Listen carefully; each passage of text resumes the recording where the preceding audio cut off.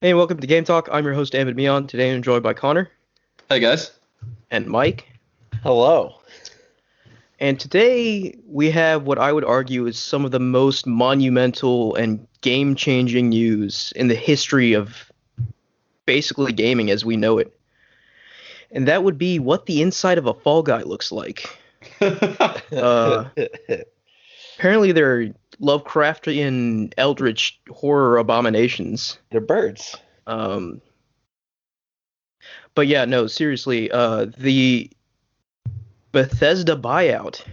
That is something I never would have guessed in a million years. Something I Yeah, never even thought possible for a company to just buy an entire publisher. So 8+ studios just got added to Microsoft's already, very illustrious list of studios. I also I want to mean, point out that 7.5 billion, yeah, they made the purchase for 7.5 they billion, which paid is like 7.5 billion for Skyrim. for Skyrim. yep. But like that's significantly more than what Disney paid for Star Wars. That's just it's huge. I don't think we've ever seen anything like it in the gaming industry before, and I do not think it is the last time we will see it either. I think, and obviously we could talk about all the implications of this and everything, but I think this will sort of open Pandora's box, so to speak. But yeah, let's get everyone's quick thoughts first. Yeah, I certainly don't think that this is where they stop. I think they're going to do at least one more shocking purchase Yes. probably before the Xbox even releases. Wow, that soon? You think so? Yeah, that's my prediction. Yeah. And Mike, you being the sort of Bethesda expert, what do you make of all of this? I mean, Todd Howard did it again. First of all, Did what? he Sold sold Skyrim. Skyrim again. Oh yeah, This time for sold the Skyrim. ultimate Yeah. sub. Uh, Joking aside, Bethesda, based on all that I've seen, Bethesda's going to have full independence in what they do, and all contracts are going to be honored. So Yeah, I feel like that's it's just going to be Bethesda with more money, which could be Which good, is could which be is a bad. very I think that's a very potentially powerful thing. Now we have ragged on Bethesda before on this show, right? Like I do think that's rightfully so. somewhat warranted, right? Like I think Bethesda Softworks in particular peaked with Skyrim, right? Like Fallout 4 was okay at best, and Fallout 76 was mediocre disappointment by any metric, right? But some of Bethesda, the publishers, some of their studios under them, like id Software and Arcane, those are very sort of reputable studios with a solid output. I would argue that Microsoft's acquisition of those studios is probably the strongest part of this purchase, at least for now. Yeah, the idea of Doom, but with a ball and budget, like, I mean, not that Doom didn't already have an insane budget, but like, A Microsoft imagine the budget. next Doom game, except it has the budget that Halo Infinite Yeah, it, a it has seemingly squandered. Like, a quadruple A budget, if you will. Apparently, Yeah. that's going to be a thing now, which I really just that's ugh. But like, Ugh. that's going to be a term going forward. hey, fine But by yeah, me. I mean, so I think the big question in the room, obviously, like, this is a huge, huge win for Microsoft and like a pretty devastating blow to the competition, right? Like, all future Elder Scrolls games, Starfield, Fallout games, Doom titles, Prey titles, Dishonored, like all of these games are presumably Xbox exclusive now. But I will say that we haven't gotten confirmation one way or another. Like logic dictates that like yes, these games are going to be exclusive to Xbox, but part of me still feels like maybe they won't be. I I do think that think there is no way. That is the entire value of this no, acquisition I is I to make exclusives. I'm with you, Connor, but at the same time, I think like what Mike mentioned in our chat, leaving the money on the table, they're essentially cutting their user base in half. You know, That's nonsense though, because if that was a valid argument, Uncharted would be a multi-plat game. Like, if that made any sense, then all these huge heavy hitters on PlayStation would all be multi-plats. that's true. But Bethesda already That had an it's just a established non-argument. audience on Yeah. PlayStation.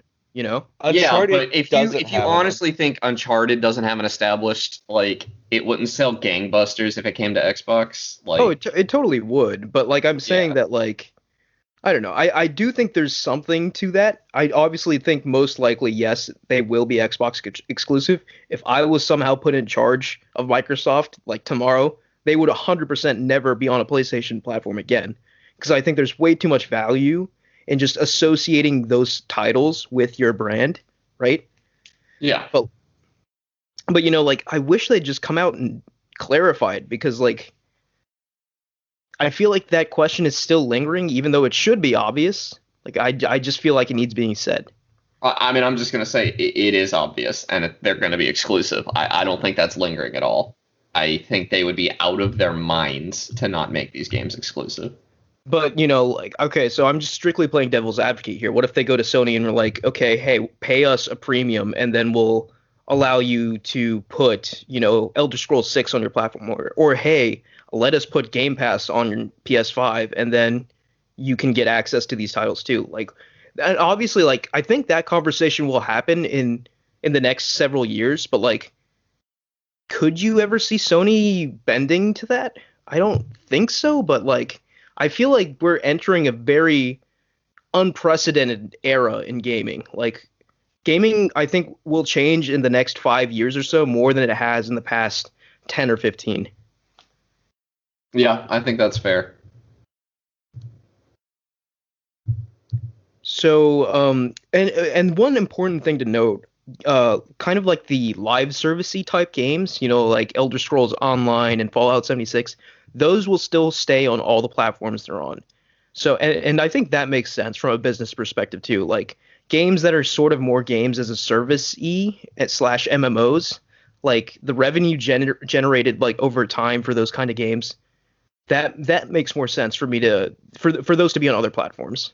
I also just think it would be a massive mistake to take games away from someone. Yeah, exactly. And that's yeah, taking games away from others is contrary to Microsoft's whole philosophy right now. Like Yeah. their whole thing right now, especially with Game Pass, is like getting gaming in the hands of everyone for the cheapest amount of money possible.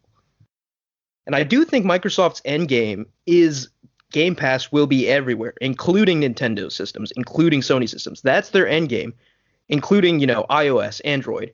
It's already on Android, right? Like, but you know, they're having some hurdles with iOS with Apple's like stringent policies that they're trying to get around. Yeah, I feel Yeah. like Microsoft is trying to abandon the this is a platform exclusive arguments that they've held for decades. Yeah, decades now.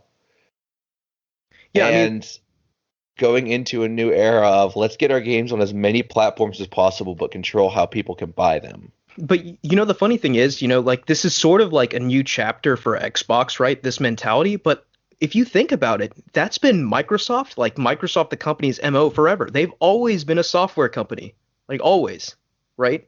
Like Yeah. software is And their thing, and that's kind of being taken to the next level with their video game business now. yeah, I think it historically just their makes hardware sense. has been fairly lame.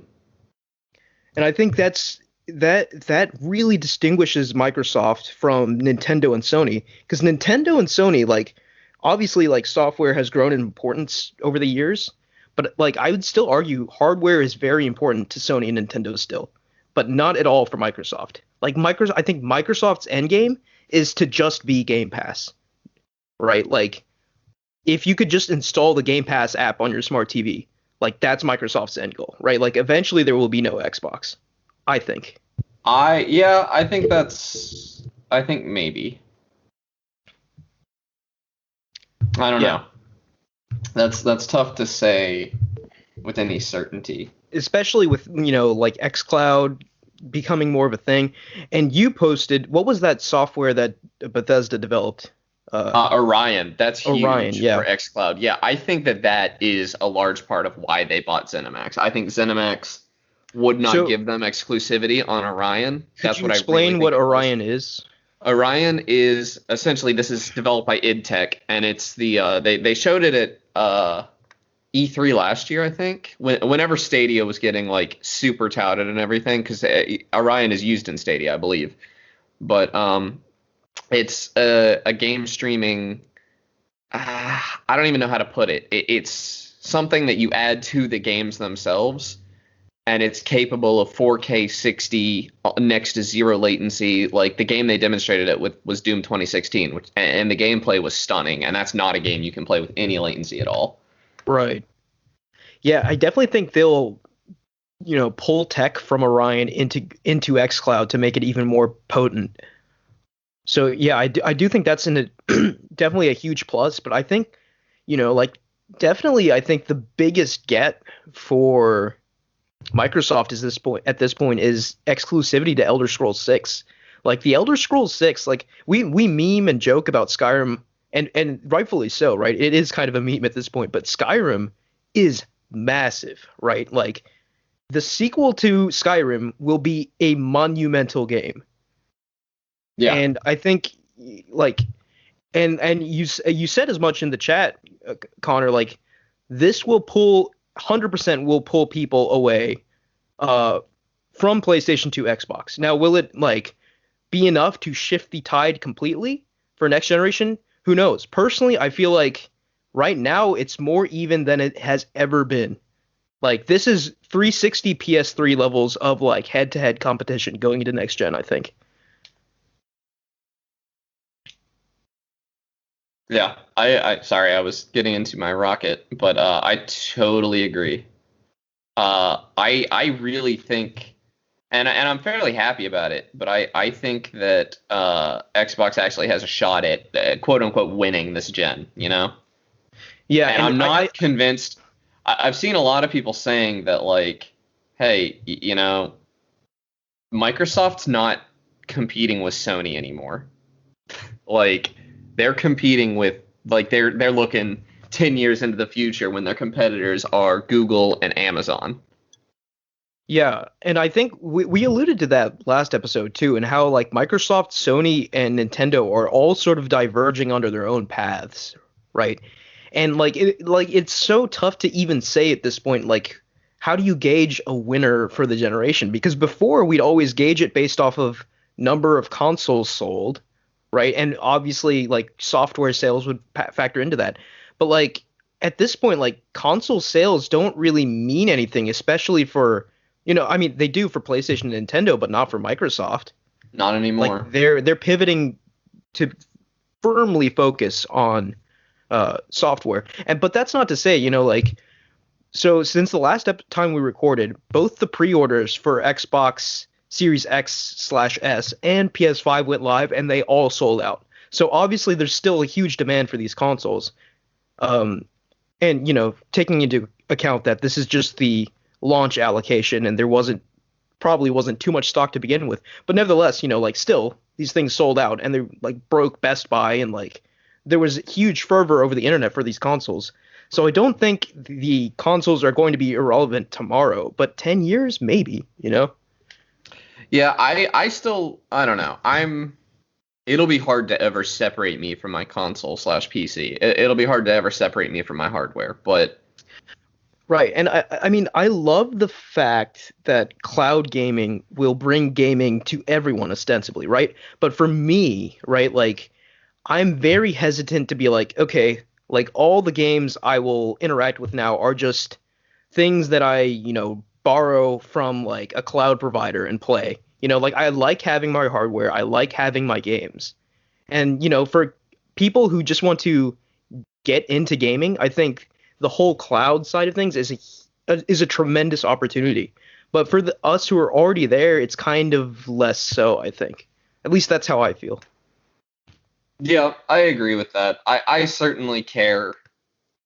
I love cloud gaming. I've been kind of on the ground floor of cloud gaming, in my opinion. Like I had an OnLive account. I don't know how many people remember OnLive. No. That was like the first cloud gaming platform. Mm. And I was absolutely in on that. I thought it was awesome. I wanted to be able to play my games from my phone. Like, I just thought that was the coolest thing in the world. It didn't really work out. OnLive ended up not being it. But as usual, the first solutions aren't it. Like it takes iteration. OnLive, just to give you an idea of what like the impact of OnLive was, they got bought by Sony. Yeah. Okay. As an aside, though, I was just going to say, looking at our video, which, by the way, I forgot to mention at the beginning, but if you are listening to this, there's also going to be a video component of us playing Kerbal Space Program, but we just launched ourselves into space, it looks like.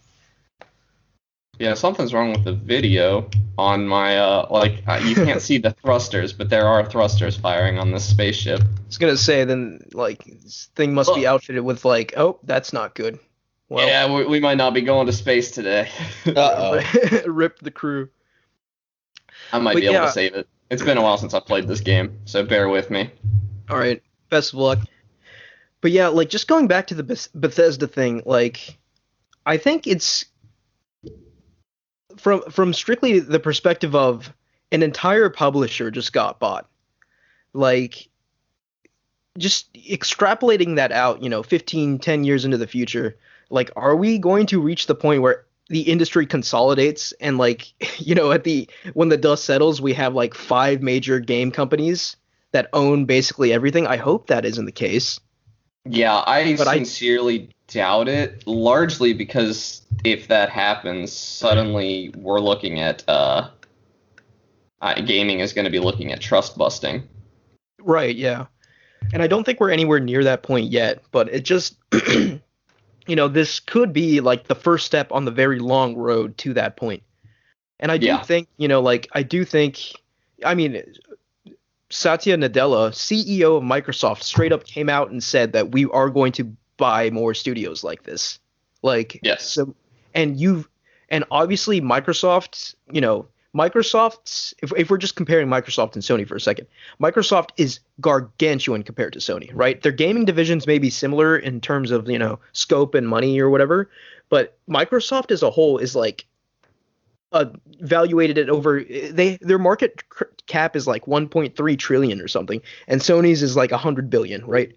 So Microsoft is massive, and they have the resources to make purchases like this. Like, I thought I saw of just the spare cash they have on hand, like this 7.5 billion purchase was just like 4% of the cash they have on hand, which is just, it's just stupid. Right? Yeah, so they can afford to do this a couple more times. But the thing is, obviously, like, moves like this shake the industry, and everyone will respond in one way or another. And I'm eager to see what the response from Sony is. I do think we could see a similar purchase from them. Obviously, it would be a much larger slice of the pie than just 4% of their cash, right? But Sony's a lot bigger than just their gaming division as well. That's true, but I think gaming is Sony's biggest division, and that is not the case for Microsoft at all. Okay, I did not know that. But about Sony, I knew that it was the biggest for Microsoft, or not even close for Microsoft. But I do believe gaming is the biggest for Sony. But I was just going to say, like, I think we might see something similar. Obviously, not as big as Bethesda, right? Like, I don't think they'll buy a Bethesda level publisher, but I think we might see something similar from Sony soon. And that just kind of freaks me out a little bit. I don't know. Like, I don't know if I'm a big fan. Like, obviously, it's huge for Xbox fans that they have these exclusives now. Like, that's a huge, huge deal. But I don't like the idea of, like, all third parties just flocking to either Sony or Microsoft and aligning with them. Like. Yeah, it's hard because, like, part of me wants to be excited as an avid Game Pass user that I was not going to buy the next Elder Scrolls game. Now, you're telling me I 100% will get to play it anyway. Right. And that's super exciting. Yeah. Yeah, it's just, yeah. And obviously, Game Pass, like, the subscription model, obviously, in the short term doesn't make sense. Like, they're definitely losing money on Game Pass right now. But, we've seen the Netflix model work. Like, look at when Netflix started out, it just had a collection of shows and movies that other people made on their service, right? And now look at all the Netflix originals coming out. Netflix is pumping out high quality shows and movies of their own. they're pumping out shows and movies. Okay, yes. Okay. The quality I'm of those depends largely. it varies, but I've seen some incredible Netflix original shows. Like I just finished watching Dark, which is like a German produced Netflix original, and it was one of the most incredible like sci-fi time-based shows I've ever seen. So, I don't know. Point is like Game Pass is eventually going to grow to the point where like yes, it does make sense financially, but right now there's just sort of in the mode of getting into as many people's hands as possible, and this Bethesda purchase will put Game Pass into a lot more people's hands. Yeah, that's absolutely true. And I think it's just so what I think monopolistic practices are bad for the industry, and PlayStation was rapidly approaching like they've owned gaming. They not counting Nintendo because the Switch is selling gangbusters, but Well, like I think yes, that statement is true for for the PS4 Xbox One generation for sure. yeah, and I think that this is a step for Microsoft to actually have a fair fight with Sony, and Yeah, like that arguably is busting Sony's monopoly, but also exclusives are bad. It's kind of hard to say. it's a complex situation, but at the end of the day, I do think that the fact that Microsoft has so much firepower now, I think as consumers, like I think okay, so I'm of two minds. One mind says you should be kind of disappointed, right? If you only own a PlayStation, probably not going to see any Bethesda games ever again.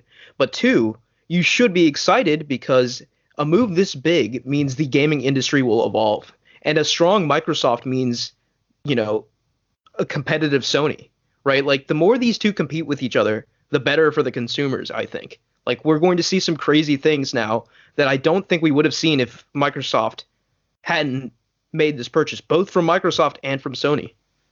Yeah, I agree with that for sure. Yeah, I do They're agree. definitely lighting a fire under Sony. Yeah, and like I go back to Phil Spencer, and I forget which E3 it was, maybe it was a year ago or two, but he said that Xbox is committed to creating an industry-leading studio like portfolio of studios for gaming. And like it's crazy because like 2 years ago, like they had less first-party studios than Sony, but now they have significantly more, and they have several Bethesda or ZeniMax studios under their belt as well.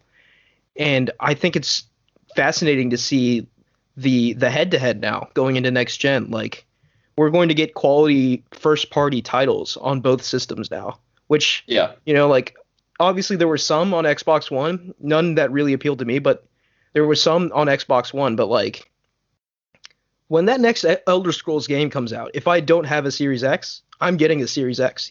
Like that's happening for sure. Yeah. Yeah, and that's just huge for Microsoft. I just it's so huge for PC too, because to have it is Yeah. strange for Doom. Like, id's also had a long relationship with Microsoft. Porting Doom to Windows was a big deal back in the day, and now obviously, they're owning them. Like, that's insane. Yeah, and another fun tidbit is now Obsidian and Bethesda are kind of like sister studios. So Oh, Obsidian could potentially get Fallout again, which is New just Vegas insane. 2. Come on. Yeah, which like that's a huge deal for Fallout fans. Yeah. And I do think that I think Bethesda themselves, like I think do need some intervention to kind of stop this downward slope they're on, and I think Microsoft might provide that. Hopefully, right? Like I think Phil Spencer said in a recent interview that like you will see some changes at Bethesda, but like by and large they'll still kind of be doing their own thing. I think that's the right amount. Like you don't want to take full control or just let them do what they were doing before because nothing will change then. But like a little, extra money here or there, like project management here or there, I think that could go a long way. Yeah. I think a leadership shakeup in Bethesda would not be a bad thing, because I really think a don't lot see of it that was happening. ZeniMax though. Like because ZeniMax like does a lot of mobile games. Like that's what I thought of them as before. I mean, thought of it. ZeniMax is just Bethesda's holding company. Like they're still Bethesda. Yeah, but they definitely like. So would you say that the blame falls on Bethesda for all the like scumminess that they've Yeah, done? it's recently? I largely think Bethesda. so. Yeah. ZeniMax Okay. has really no corporate bearing other than just being there to keep Bethesda independent Okay. and own other companies. Because yeah, like I don't see. I mean, I guess there's some of it. Sea of Thieves has a lot of microtransaction-y stuff, but like none of it's nearly as predatory as like. Can we talk about how Bethesda was technically an indie studio? Yeah. So is the studio that made Fall Guys, and they have over 100 employees. I don't really feel like indie means anything anymore, which kind of sucks. Yeah, I mean, I think the traditional definition is like, a group of like maybe like under 10 people making a game together or something like that, right? Like once you reach the levels of like Bethesda, like once you reach like over 100 employees, I feel like that's kind of, or even like over like 20 employees, It's Yeah, like kinda, look at Among Us. That's a game made by 3 dudes. I thought Among Us was made by one guy. No, I think it's 3. Could be wrong. Pretty sure it's 3 though. Yeah, I would have to check on that, but anyway, like the fact that I don't know, the fact that like obviously or Elder Scrolls, right, and Starfield coming to Xbox is huge, but I will say again, and just to be a sort of bearish on this, because obviously this is huge news for Microsoft, but just to sort of look at it from another perspective, I think Starfield is probably like a 2022 game, right? And I could see Elder Scrolls 6 coming out at the end of this next generation, like straight up. Because like I don't think they started on Elder Scrolls 6 yet. Because Starfield, they said they would work on Elder Scrolls 6 after Starfield, right? So like these are important. This is an important purchase for those games as investments for the future, right? But like, when will we see those games? Yeah, it's gonna be a while. I'm not even like up on Bethesda at all. What I saw in this was Prey and Doom. What I saw in this deal. Yeah, and And now's a good excuse to play Prey. I do want to touch on Arcane for a minute because I think Arcane's a fabulously talented studio that does not get the sales they deserve, right? But I think I think Microsoft can really help out with that, sort of marketing their games right and stuff like that.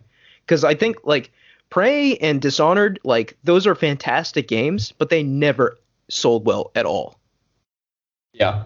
It's because of the genre that they're in. Immersive sims have never historically sold gangbusters.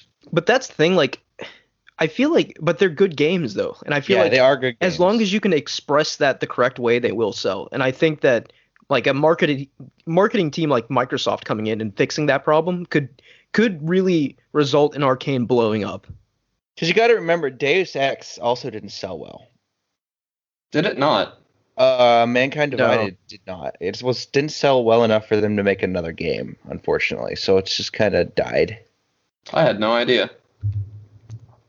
Just an update on our Kerbal Space Program adventure. We are now orbiting the moon. Congrats. It really didn't look like it was going to happen there for a second, but we did it. Yeah, we're looking bad on getting home afterwards, fuel-wise. But, that's what happens when you don't play this game for 2 years and then hop in and try to land on the moon. Well, at least we got to the moon. I feel like that's a pretty big accomplishment. Yeah. But yeah, I think in general, I think id and Arcane will sort of, return the investment in the short term while we wait for the big guns from Bethesda proper, right? Like while we wait for Starfield and Elder Scrolls. It's just that I hope Starfield and Elder Scrolls actually deliver. Like even if they deliver or not, they're going to sell gangbusters. But I hope they're like kind of like a return to form for Bethesda. Because I think the main problem I had with Bethesda's recent output was that it just seemed like they were complacent, right?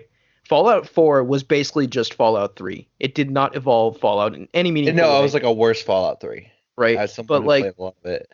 in Fallout 76, I don't even want to get into that, right? But I feel like, like I think this is their chance to sort of take that next step and evolve. And I do think Todd Howard came out and said that like they've made their biggest revisions to their engine since Morrowind or something, or since Oblivion. So I think that's kind of promising, but I think Bethesda shockingly has to prove themselves again. Which, if you had told me that 10 years ago, I never would have believed you. But like I think we're here now, especially with companies like CD Projekt Red and even Ubisoft showing what they can really do with like RPGs. Yeah. But yeah, what a monumental seismic event in the gaming industry. Like I don't think I've seen anything like this before. I actually, like, just out of curiosity, I looked up like the biggest gaming deals, and this is actually the second biggest gaming related deal. You guys want to guess who was involved in the first biggest? Who? Tencent. That tracks. Yeah. And one final aspect of this, it's tangentially related, but I do think it bears mentioning. Microsoft has this massive war chest, right, of cash they could potentially use, right? Obviously, they don't want to spend it all on gaming, right, because they have other much more important businesses to them. But, like as we've seen, Phil Spencer got a hold of 7.5 bill, and he could probably get a hold of more. Are we crashing here? Yep. Oh, Been a while. Got a little Rip. too close to the moon. Rip. Going for a second descent. I did a quick save because I figured that might happen. Okay. But what I'm getting at is, obviously Microsoft is one of the biggest companies in the world. Companies like Apple, companies like Amazon, they have the same sort of ability to just, in the snap of their fingers, get into gaming just like that. Like, what if Apple, say, buys Activision? Right? Like suddenly the whole game changes and suddenly Apple is a major player along with Microsoft and Sony. I feel like something like this could easily happen. I feel like, like obviously Amazon and Apple have made stabs at gaming in the past, but haven't really committed the way Microsoft and Sony have, right? Yeah, I think Apple Play was a pretty significant stab by Apple, the subscription service on iPhone. I agree. But I do feel like if they were actually committed, they could make a purchase of this scale or potentially far bigger if they wanted to, and then suddenly be a major player. Yeah. And I think we could see that happening in the next decade. Would not surprise me. Would not surprise me either, honestly. And I don't know, like, it's kind of scary, right? Like, especially considering that, like, Sony, Microsoft, and Nintendo, those are names we know, names we trust, and names that have delivered in the past, right? So that's why we can continue to trust them. Like, even with Microsoft buying Bethesda, like one of my thoughts was, like, thank God it wasn't, Apple buying Bethesda or something like that. But, like, with Amazon and Apple, like, I'm sure at some point they will make a big play, and I just kind of worry for whoever they buy. Like, I hope they don't bungle it, because I feel like experience in the gaming industry does go a long way. But we shall see. I don't know. Yeah, Yeah. I wonder when Disney makes a play. Yeah, Disney too. Like that's... Well, I don't know. I think Disney has been sort of content to partner with, third-party companies and first-party companies alike. Like they gave Spider-Man to Insomniac, and they gave... No, Disney doesn't own Spider-Man. Yeah, that's Sony right now. Sony has all distribution I totally rights forgot for about it. that. Yeah, but they've done things like they've given Iron Man to Sony as well for Iron Man VR. They've given Avengers to Crystal Dynamics. Like Disney, I think Disney is comfortable in like a partnering capacity, right? I feel like Disney, if they wanted to, they could easily like make their own game studio, hire a bunch of talent, and start making Marvel games. Like they could easily do that, but they haven't yet. Yeah. Same they're with Star content. Wars, right? They're EA is making Star Wars games, like Disney owns Star Wars, so they could, like obviously that would be a very powerful studio if they created like sorry, excuse me, if they created like a studio for Star Wars and a studio for Marvel, like those would be major players instantly, right? Considering they get the proper talent to make those games. But I think for now at least they think it makes more sense for them to outsource the development of those games to licensing those IPs out to other creators. Yeah, and Disney's kind of been a powerhouse in gaming before. I mean, you have to look pretty far back, but they Yeah. had some killer NES and SNES games, like DuckTales and stuff. Those are remembered as extremely strong NES Mhm. games, and a library that, let's be honest, wasn't perfect. I love the NES, but I'll be the first to say, it wasn't. They weren't all hits. Well, yeah. I mean that's a separate discussion entirely, Yeah. but yeah, do you guys have any other thoughts on this Bethesda buyout? I feel like we hit all the bases, but like there's so much to absorb with this news, like so many implications that you have to consider. Yeah, Yeah. it's a new era for gaming, Yeah, honestly. for sure. Like it's big enough to actually change everything, which is crazy to say this far into the industry that like a move like this can just shift the landscape so much, but here we are. We have touchdown. Oh, nice. We are on the moon. Yeah, I really think that, Orion, because I think you're right. There's a possibility that Sony is going to like pay to not give Microsoft those, or to pay to get those exclusives on PlayStation as well. But I think it is quite likely that Orion is going to be a game changer. Yeah, and I think we'll see the fruits of that. Obviously it'll take several years to get xCloud and Orion fully integrated, if that even is their plan. We're just sort of presuming that, but your little spaceman's pretty cute, I am not. running around I on the don't moon. think we're presuming that. I think that's definite. Well, I only say presume because they haven't come out and said it, right? But Did you read that article I sent earlier? Because I thought that they had said that they were integrating it, but I didn't read super close. yeah, I just skimmed it, so I might have missed it as well. But like common sense tells us they probably will. Yeah. I do want to talk about one other thing today, and it's crazy to me that obviously this Bethesda news was so massive. It sort of eclipsed everything, even the PlayStation 5 showcase that happened since the last time we talked, right? So and we got the obviously pre-orders went live, price was released, and pre-orders sold out. But like I just wanted to touch on the price for a minute. $500, or rather $499 for the PlayStation 5, $399 for the PlayStation 5 Digital Edition. I just want to say that I think we kind of nailed it. I think we accurately predicted the prices of all four of these next gen boxes. Yeah, although I would say that I don't think that it was particularly difficult to nail that. But yeah, No, I don't. Like there was some remember we sort of floated the hypothetical that like maybe these next gen boxes are like way more expensive than anyone was thinking.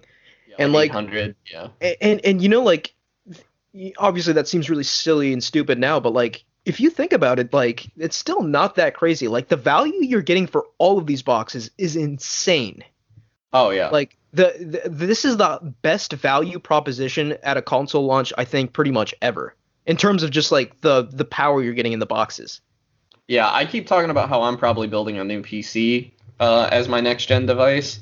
That PC is going to cost me like $1,200 minimum, and it's going to be better than the new consoles, but like You not could by not like a absolutely landslide. Like right, it's not like going to be like last time. Like my PC that I use now, I built before the PS4 came out, and it's still actually I built it like halfway through the 360 PS3 cycle, like around there, and it's still like blowing and the PS4 and the Xbox Right. One away. That's not going to happen this time, I don't Yeah, think, you know? there's no way on God's green earth you can spend $500 and build a machine that's stronger than an Xbox or Series X or a PS5. It's just not possible. There's no way. Yeah. Now, have you guys seen the rumors that the Series S is going to be holding back this gen? I don't know if that's a rumor so much as that people sort of speculating on that, right? Just due to the reduced GPU power. Yeah, well, I've seen some people saying that the developers are saying that, and, those are the people I'm inclined to trust. But Okay, yeah. I can't cite a source. I'm not, I'm a terrible journalist. So. Yeah, I mean, well, with Microsoft's whole philosophy, right? They want everything that runs on Series X and Series S to also run on Xbox One, right?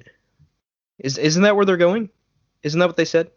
I might be wrong. Yes, everything that runs on Series X will run on Series S. Well, no, that's a given, right? But but will also run on Xbox One. Oh, I doubt that'll last the entire gen. I think that's right now. If that lasts the entire gen, that's going to kneecap the next gen harder than anything. If they have to target the 1S. Yeah, that would be kind of devastating, honestly. Like, that would be a big problem. I don't think it's as big of a problem for the Series S, because with the Series S, the Series S, you at least talked have about this last episode. You have the NVMe SSD. Yeah, everything is the same except for the GPU power. Right. So that should be scalable in theory. I mean, yeah, it should just the idea that if you can run it in 4K on the Series X, you can run it in 1080p to 1440p on the Series S. That all makes sense in my head, but I don't know. Yeah, it's the Series S. I just don't know how to feel about Microsoft anymore. Hey guys, how do you mean? It just feels weird because they're doing the complete opposite of what's been going on for the last what console gen are we on? 8, 9 gens? 9. Or this upcoming one is 9. Yeah, 9 generations of consoles, and this is the first time they straight up said, "Oh yeah, well, all these games will run on this as well for the foreseeable future," rather than you just expect longevity. I mean, I do understand the concern, right?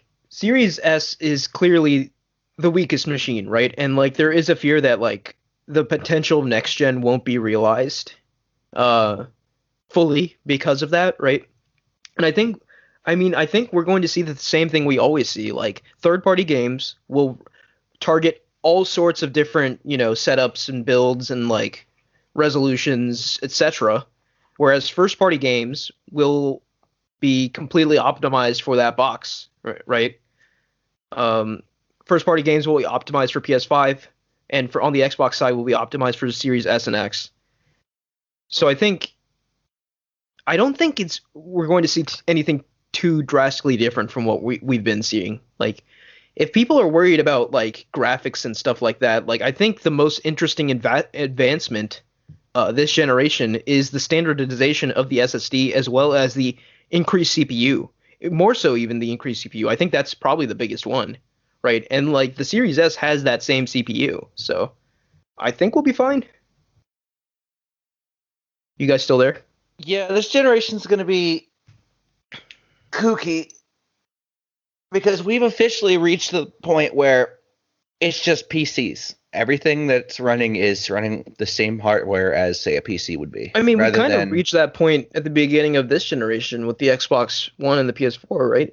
Yeah, we reached it sort of, but now it's a lot of people just speculated, man, maybe this might be the last console gen, and then next gen comes out. Okay, but here's the thing: every single generation, people say, "Oh, this might be the last console." Yeah, this might be the last console gen, but it's never the last console gen because consoles are not going away as long as people see inherent value in them. At the end of the PS3 360 era, I think that was the most valid time to have that concern because mobile gaming was just taking off and people were I don't know, especially looking at the trends in Japan, people are way more interested in mobile game than console games. I feel like console games are kind of irrelevant at this point. And then PS4, PS4 for the most part, but then Xbox One later in the gen just totally shattered everyone's expectations of that. People had very high expectations for mobile games, and they really went nowhere. And you look at mobile games now, and it's just a bunch of predatory microtransaction gotcha games. And you see like those microtransaction games, like the reason that people took mobile gaming so seriously at the time was because you look at the financials from those microtransaction based games and you're like, oh my god, like Those you make so much didn't money. even like. But those same microtransaction practices then got applied to next gen, PS4, Xbox One games. So I guess that philosophy never really went anywhere. And those next gen like PS3, Xbox, or PS4, Xbox One games never really went anywhere with those microtransactions because people realized they were stupid.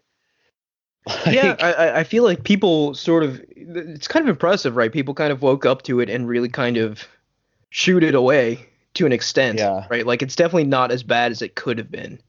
I think we could have been paying. Star Wars Battlefront 2 really was the straw that broke the camel's back on that one. We realized that, man, we really can't have a microtransaction system in a $60 game that gives you benefits in multiplayer. Just want to really quick check in with Connor because I feel like he's not here. Yeah, I've been having a problem with our spaceship. I see. Yeah, we can see that. Yeah. Trying to figure out the best way to get us off this here moon. Moon men. We could live on the moon. I'm fine with that. I'm gonna try to get us out of here. Okay. We got to integrate this into the meta narrative. The game talk lore, if there is such a thing. But yeah, I wanted to quickly go over the PS5 showcase as well, because for me, there were some things on there that really excited me. They started with showing off, what did they start with? Miles Morales, right? Yes, Yeah. and that game was most excellent. Yeah, that game, like Insomniac just is so good. Like Insomniac, I feel like is just, especially with Spider-Man, like I feel like that's the best match made in heaven ever. Like I don't want anyone touching Spider-Man after Insomniac. Yeah, they've kind of blown it out of the park. Yeah, Miles Morales looks great. I will take that back. I need to actually play Spider-Man. You should. It's a fantastic game. I own it. I just haven't gotten around to playing it. I want to say Miles Morales was not the first thing shown.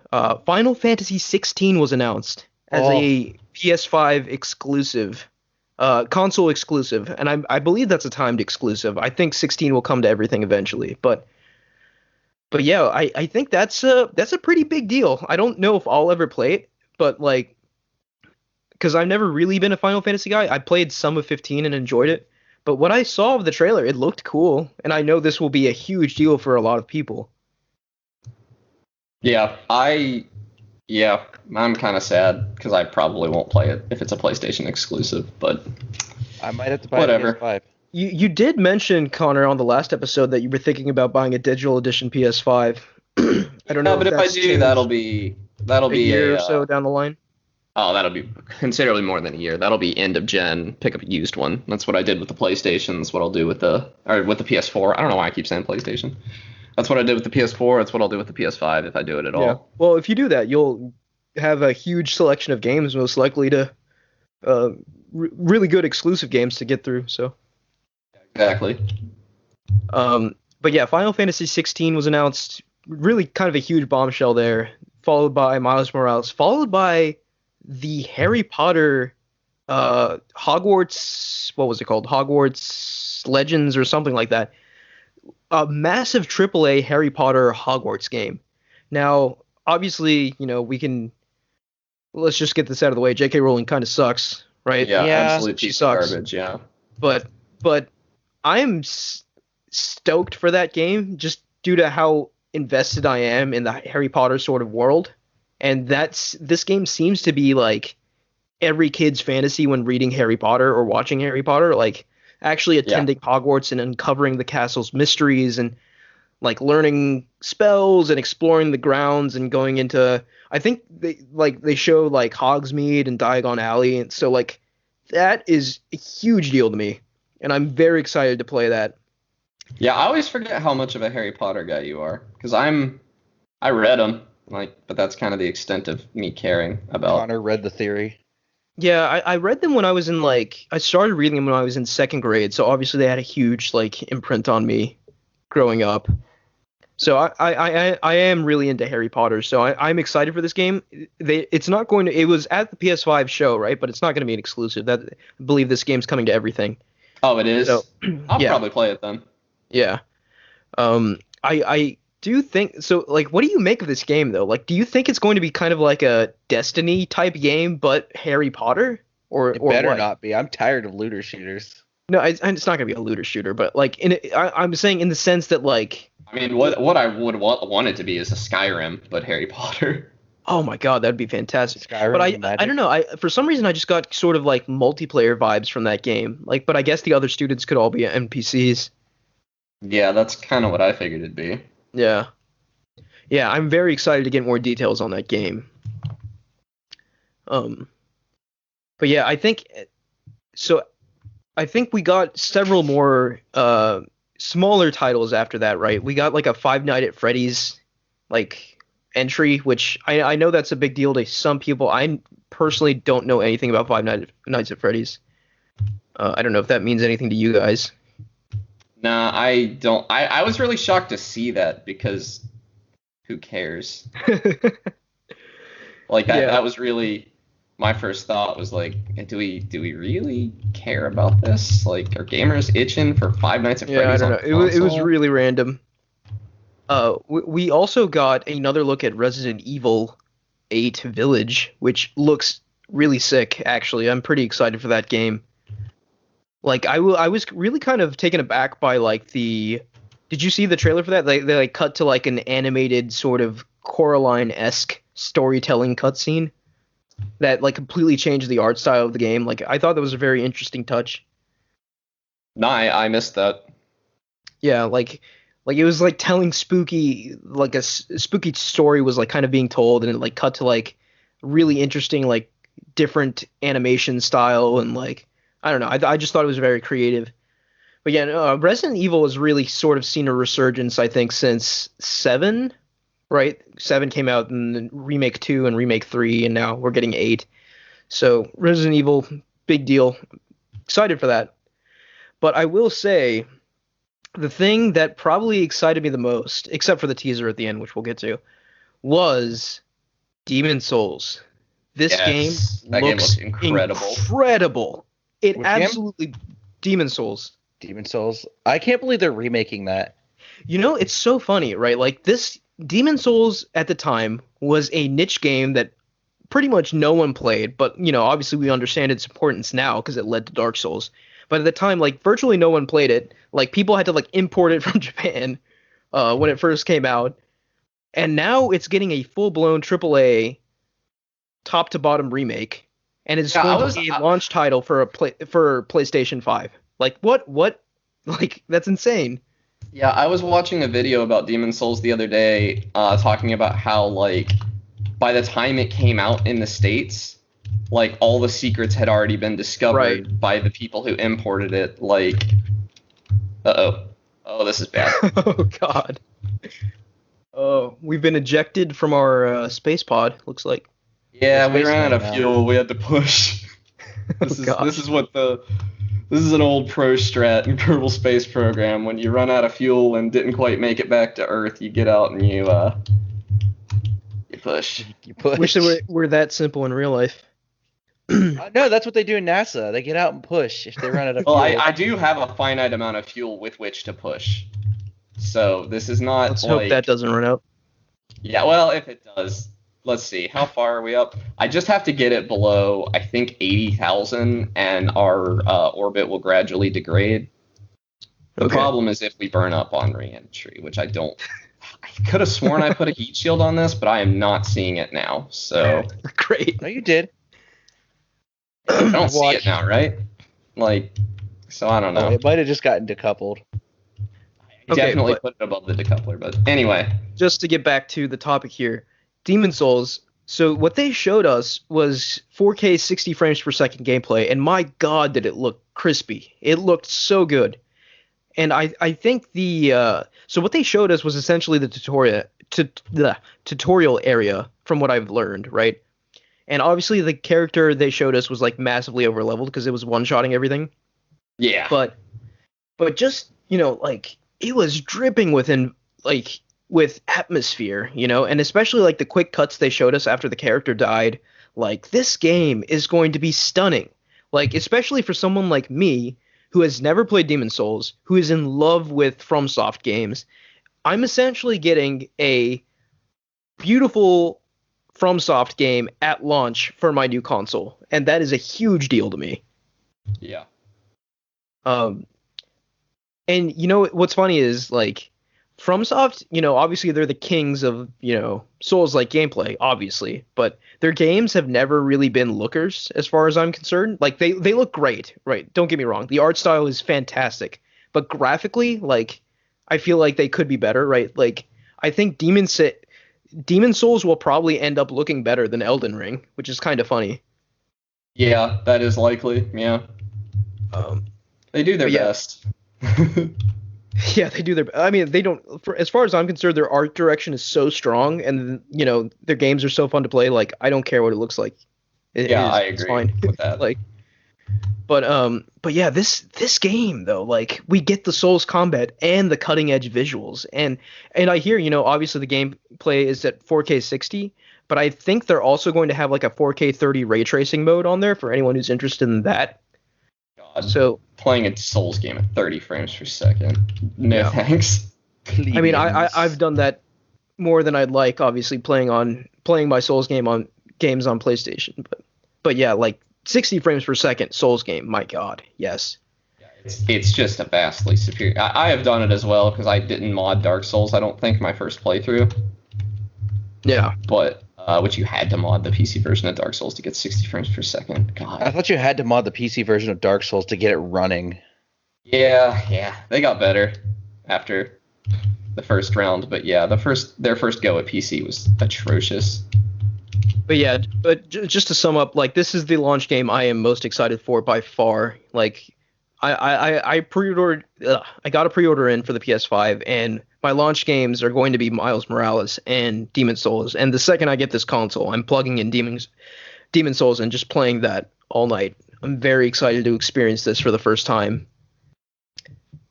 And yeah, I was really shocked to hear that a PlayStation guy like you has not played Demon Souls. I've come so close so many times, but I just never did it, and now I'm so glad I didn't. Yeah, because you do have a chance to play what is going to probably be the best version of the game. Yeah, they really lucked out there, I think. So, over the moon excited for that. I think that hits most of the big things. They did show the new Call of Duty, which, more than anything, I think it's interesting that it still shows that Call of Duty is aligned with PlayStation. I would have think that, like, I feel like Microsoft has definitely approached them, tried to get them over on their side again. Because, obviously Call of Duty is the juggernaut still. Like, that's the one thing in gaming that never changes. Yeah, that was like the first joke we were making when we saw that they bought Bethesda, was like, who's next? Activision? Yeah. Like, so yeah, for now, Call of Duty is still associated with PlayStation, which is a big deal. Personally, I don't really care too much for Call of Duty. I play the campaigns, which makes me a weirdo to many people. But for sure, it looked okay. I mean, it looked like Call of Duty. The set piece kind of looked Uncharted-esque, I will say, with the airplane and the little drone blowing up and the cars flying everywhere. But yeah, it'll be fine. I mean, they've been trying to get that for a while, right? Like, yeah, they're always be doing excited for pieces. Call of Duties nowadays. I mean, especially honestly, like in general, like anything that's released yearly, like, like even Assassin's Creed was feeling that burnout there, and then they shifted to like bi-yearly schedule. Yeah, which has done wonders for them. Yeah, for sure. Which, Valhalla is also coming to these consoles, both PS5 and Xbox Series X at launch at 4K 60, which is exciting. It really is exciting that it seems like 4K 60 is actually going to be a standard, because we speculated before that, like, developers are still going to push for 30 and go for visual bells and whistles, but it doesn't look like that's happening, which is at least not pretty at sweet. launch. Yeah, not at launch. Did you all see? I think it was Rainbow Six Siege announced that they're going to run at 120 frames per second on all next-gen consoles. Yeah, I saw that. That's wild. That's huge, because 120 looks crisp. That's a good. I'm building this new PC, and I'm really sad that my TV does not support higher than 4K 60. You have to go down to 1080p to get 120 frames per second. Yeah, I believe you need an HDMI 2.1 compatible display. Yeah, that is uh, accurate. for, to get 4K 120. And I'm so glad I invested in that LG OLED, because that is, for all intents and purposes, I think it's next gen proof, right? Like, I think it'll support all these visual advancements going forward. So I think that was a good investment. Yeah, I don't see myself upgrading anytime soon, because this TV was kind of a big, like, what would I even do with this one? It was a big purchase for me, and my family, I don't know about you guys, but growing up, my family, you bought a TV and you watched it until it didn't turn on anymore. Yeah. Yeah, I think that's the case for, like, a lot of people, but I do think that, like, tech has just exploded to such a degree where, like, people buy new tech way sooner than they need to now, and myself included. Like, I definitely include myself in that. Like, I didn't need to buy this new TV, but I totally did in anticipation of next gen. Yeah, I need that 4K 60. 4K 120, actually. 4K 120. Actually, 4K. I'm content with 1080, 144. Yeah, I mean, I Yeah. feel like, especially for gaming, frame rate is king there, so it really doesn't I do a lot of my gaming at 1080p 144 right now, because I just picked up a new monitor. And that's what I'm playing this at right now. Although I think Kerbal Space Program locks at 60, but that's fine. It is locked at 60. I don't know if you guys noticed, in the building menu I was having some weird frame hiccups, but yeah, I kind of noticed it. Yeah. That's just the way it is. Yeah, I just wanted to conclude this PlayStation talk with what they teased at the end, which was the sequel to God of War, which is one of my favorite games of all time. So personally, like, I soiled myself when I heard that. Yeah. But what surprises me the most, actually, is the release date. No way in the world it's coming out in 2021. I do not believe that for a second. If they hit that date, it would be massive. If they hit that date, that would mean that the PS5's launch window being like the first year the console was out, is just absolutely ludicrous. That means we'd get God of War, Demon's Souls, Ratchet and Clank, Horizon Forbidden West, Spider-Man Miles Morales, all within the first year or so of the console being out, and I don't see that happening. But I would love to be proven wrong. Yeah, here's hoping. And I feel like I was over the moon after that PlayStation presentation. I thought it was fantastic, and it got me really amped up to buy a PS5, more so than I have been, especially because of Demon's Souls. All of that being said, that sort of all got drowned out by the Bethesda news, because that's just how big of a deal that Bethesda purchase was. Yeah. I mean, that's the biggest news in gaming. Yeah. Like, potentially ever. Like, it's so big. Like, it's mind-blowingly big. But it won't be, and it's not going to be the last. I'm convinced of that. We're going to see something else of this scale sooner rather than later, I think. Yeah, I agree. And I'm really excited for it. Yeah, I think gaming is heading into uncharted territory, and I think now is the most exciting excited time. Now is the most exciting time to be a fan of gaming, I think, for sure. Like, so many new things. You say that every year, but I think this year it's more genuine than. I mean, it always is super exciting around a new console. Yeah. But I don't know. Like, it seems like all the players are making huge moves. Like, Sony's got like a killer lineup of games, which, by the way, their 2020 output alone has been insane. In 2020, we got from Sony, let's think here, we got The Last of Us Part 2, Ghost of Tsushima, Final Fantasy VII Remake, Nioh 2, Persona 5 Royal, Iron Man VR, and we're getting Demon's Souls and Spider-Man Miles Morales. That's just this year, which is just absurd. Microsoft is firing on all cylinders with Game Pass, the best value, the best deal in gaming, period. And now they've acquired Bethesda, a huge juggernaut that most people would, not most people, a huge chunk of people will swear themselves to Microsoft now because of this Bethesda purchase, which, is game changing. Yeah. And then we've got Nintendo with a revolutionary console on the Switch, with, all rumors pointing to a 4K capable version of this console coming out early next year as well. So I which think is wild. 2021 has the potential, I think, to be the best year in gaming ever. Because we've got potentially a new Nintendo console, most likely the sequel to Breath of the Wild. In addition to all of the other Nintendo games coming out, we've got Halo Infinite from Microsoft. We've got potentially God of War Ragnarok from Sony, as well as Horizon Forbidden West, as well as Ratchet and Clank. Like, 2021 is going to be absolutely bonkers. Yeah. So I think if you're a fan of gaming in any capacity, this is a very exciting time. Yeah, it's a new world. Yeah. New world. As you say that, we return home. No. We're gonna be doing gonna a burn couple up? passes. Oh, okay. We're out of fuel. There's no engine left on this. This is just the pod that I was pushing, and we're doing what's called aero braking right now, which is skimming across the atmosphere of a planet. It looks heat. Yeah, hopefully we don't get incinerated. But We already did one pass without overheating, so I'm confident that we'll be fine, because I'm skimming fairly high. We're skimming at 50,000 meters, which in Kerbal Space Program is fairly safe. But basically, we just got to get this apoapsis down lower and lower. We're slowing down with every pass because we're skimming the atmosphere. So, probably by the end of the podcast we'll touch down, but hopefully. Here's hoping. Yeah. But yeah, I think we've gone through all the major things we wanted to talk about. We could talk about what we've been playing if we're I would like to open what we've been playing with a massive gaming accomplishment that I made this week. Okay.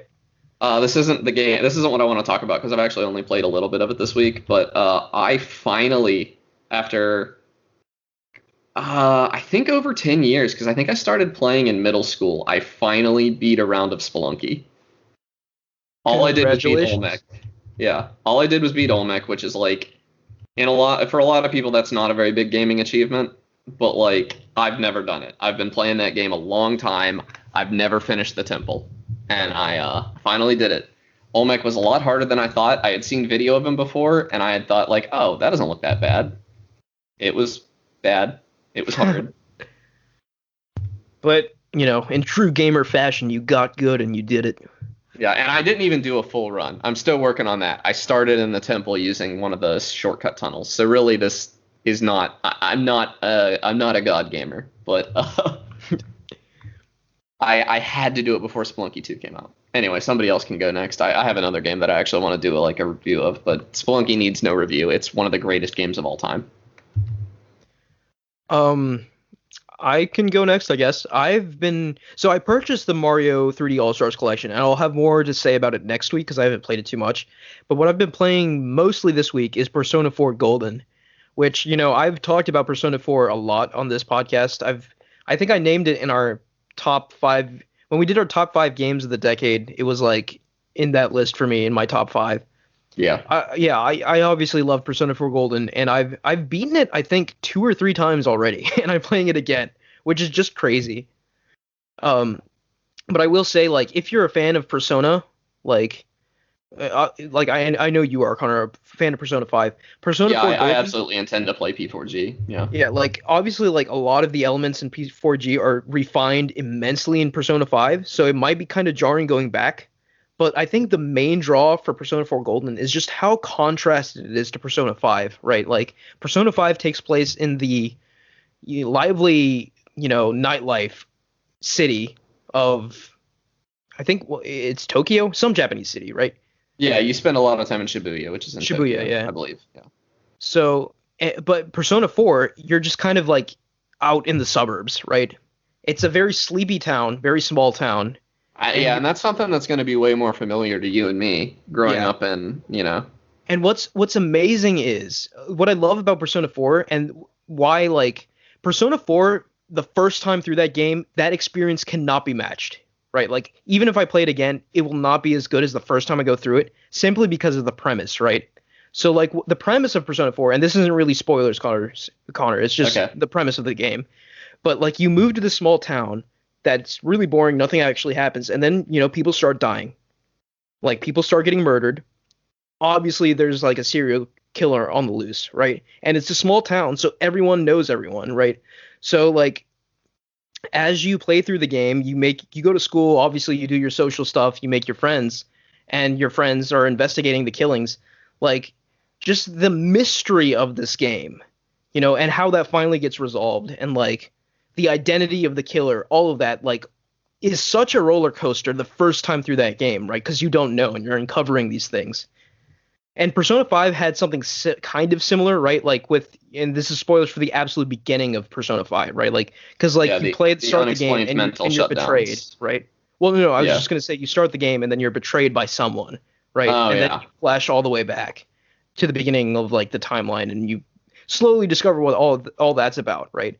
But I Yeah. think I would argue Persona 4 does it much, much better because like the town is so small. You form all these connections with everyone, right? And I won't, obviously, I'm not going to spoil like who the killer is, but you always have it in the back of your mind, like one of these people I'm talking to could be the person behind all these killings, right? And that Ooh, sort I of like that. tension, it is always there through the game, and really kind of made for such a unique experience. And Pervasive. Yeah, because yeah, Persona 5 doesn't really have that. Like, I know I'm going to get betrayed, but I'm really not spending the whole game sitting here thinking, like, is this the person that's going to betray me? right, like, but like Persona 4, like the danger feels so much more real in Persona 4, especially because like I don't know, like us being from small towns, like all of us here, like I could relate so much to like the happenings in Persona 4. There's only like a couple real hangout spots that you go to with your friends, like but like you Yeah. you take pleasure in that. Like you like these friendships you forms and these locations you visit become etched into your memory because of how meaningful they are to you. And like you get that experience through Persona 4, and like I love, love, love Persona 5, but it didn't do it to the extent that Persona 4 did for me. So I'm just reliving through all of that again. And the fun thing is, after you beat Persona 4, and the same thing with Persona 5, right? You can restart like a sort of new game plus, right? Where you have like all your stats that you did, like all your like intelligence and diligence and all that from the Yeah. previous game. So that's kind of what I'm doing now. And that really sort of opens the floor to like you can, since you don't have to spend time like improving those stats, you could spend more time on your confidants or social links as they're called in Persona 4. So Yeah. I've also heard that Persona 5 at least has a secret boss that you're probably not going to beat round one. Like, yeah, you're no, probably that's not going to want to fight it until New Game Plus. Persona 4 is the same. I will say that. And I will say another thing about Persona 4, like strictly regarding the ending, and again, no spoilers, but like it's so much, I think, easier in Persona 4 to get like the bad ending than Persona 5, right? Because when the plot finally comes to a head, and I you're wasn't aware like, there was a bad ending in either of them. I didn't know Persona did multiple endings. uh, I hope that doesn't spoil anything for you, just knowing that. But No, I like, think I'm fairly close to the ending, but I but no, so like the can't. game will clearly tell you. Yeah, like the game will clearly tell you anything you do from this point on will affect the ending of the game. Like it tells you Oh, in both really? 4 and Hmm. 5, yeah. So yeah, like Persona, that's actually kind of been a Persona staple. Like as you get into the end game, like the ending can differ based off of what you do. So I would highly recommend making a save there, because like if you get quote unquote the bad ending, that could lock away like potentially like a dozen hours of gameplay, like straight up. Wow. So yeah, I love Persona 4 Golden. And I'm going through it again. That's what I've been playing. So heads up, we are done running laps around the planet. Oh boy. This is it. We're gonna land. It's gonna take a while, so don't stop podcasting. But Okay. Mike, what have you been playing? I haven't really played anything new. I've just been playing more Warframe again.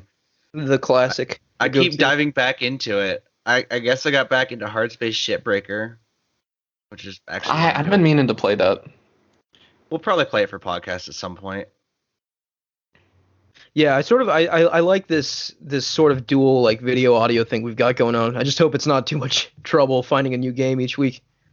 The hardest part for me is playing a game and talking at the same time. Yeah, it's I harder than picked you think. Yeah. Kerbal Space Program took more out of me to play and talk than I expected it to. But we're at a pretty chill part now, ironically. Yeah. given the heat. I'll go if you don't have anything, Mike. Yeah, I really don't have much to go off of anymore. It's been a weird time of year. This is actually a game I started a very long time ago and just now got around to finishing. And it's called The Messenger. Have you all heard of it? Oh yeah, I've played a good chunk of this game. It's great. So yeah, The Messenger starts out as like this very Ninja Gaiden like platformer. Yeah, And you're playing it, and it's got these great 8-bit visuals and this amazing music, and it's some of the better boss fights of any 2D game like that in that format I've played. Like these boss fights are just thrilling to play, and I really, on just the merit of what is essentially the first half of the game, fighting through these 8-bit boss fights and everything, because it kind of changes at the halfway point, and I'm gonna give a spoiler warning right now, although it's not really a spoiler. It's kind of spoiled in the product page. I feel like it should be talked about because I think that's like one of the big appeals of the game.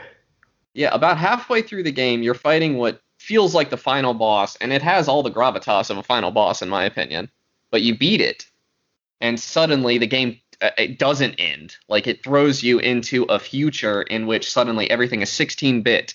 The art style is completely different. And you play a few more levels that are very similar to what you've been doing, ending in a boss fight and everything, the Ninja Gaiden style. But then suddenly you have a hub world, and the whole game opens up, and suddenly I'm hesitant to call it a Metroidvania because you don't really get upgrades after this point. You've kind of earned them all already. But going through this world that you've already like explored and experienced in a pretty meaningful way. But you may have noticed on your way that, like, hey, this seems pretty backtrack friendly. And there's a reason for that. That's because you go back and you play through a lot of these areas again with these new mechanics where you're switching between 8-bit and 16-bit and solving puzzles and doing challenges. And it's super fun. Like, everything about it was incredible, in my opinion. And I picked up The Messenger on Switch a while back, and I really enjoyed it, but it just became one of those games where, like, I had other things going on, so I left it, but I always meant to go back to it. I always thought the gimmick of switching between 8-bit and 16-bit was so cool, and like, kind of a novel approach. Like, I don't think many games have done something like that before. I actually 100%ed it. Oh, nice. Yeah, I did not enjoy the DLC very much, so I kind of dropped off. I just kind of decided, like, hey, I got enough out of this game.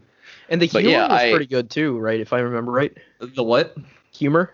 It's kind of funny, yes. Right? It's the humor is extremely good, in my opinion. I am not one to typically enjoy video game humor.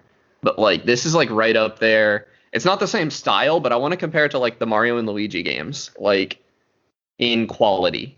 Like, you're not going to bust a gut, but you're going to, like, chuckle and just be having a good time. Like, all the characters are fun.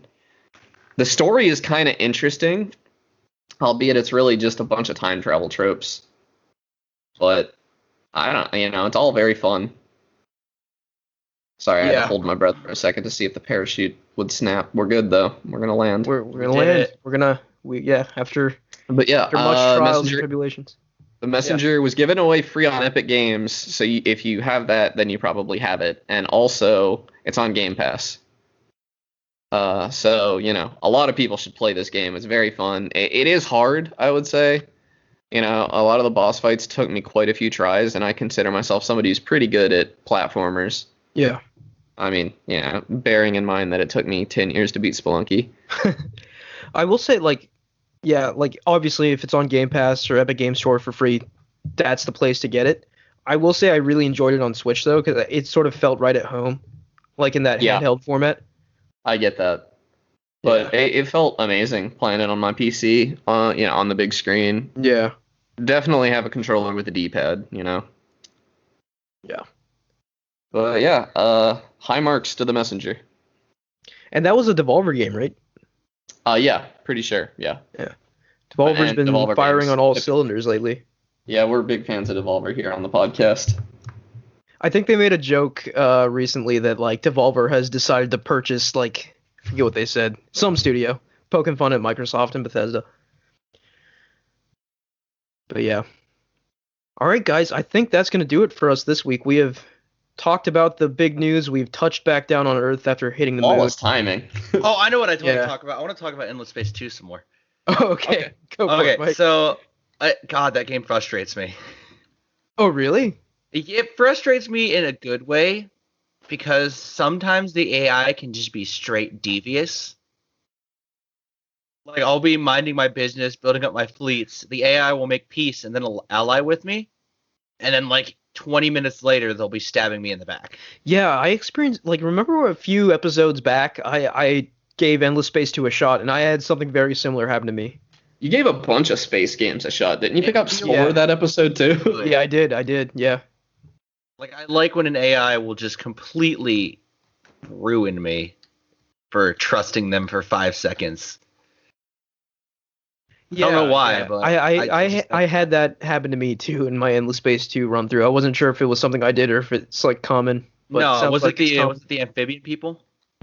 It was like they were like the clearly evil civilization. They were like very war based. I forget what they were, but they were like Isho? evil looking.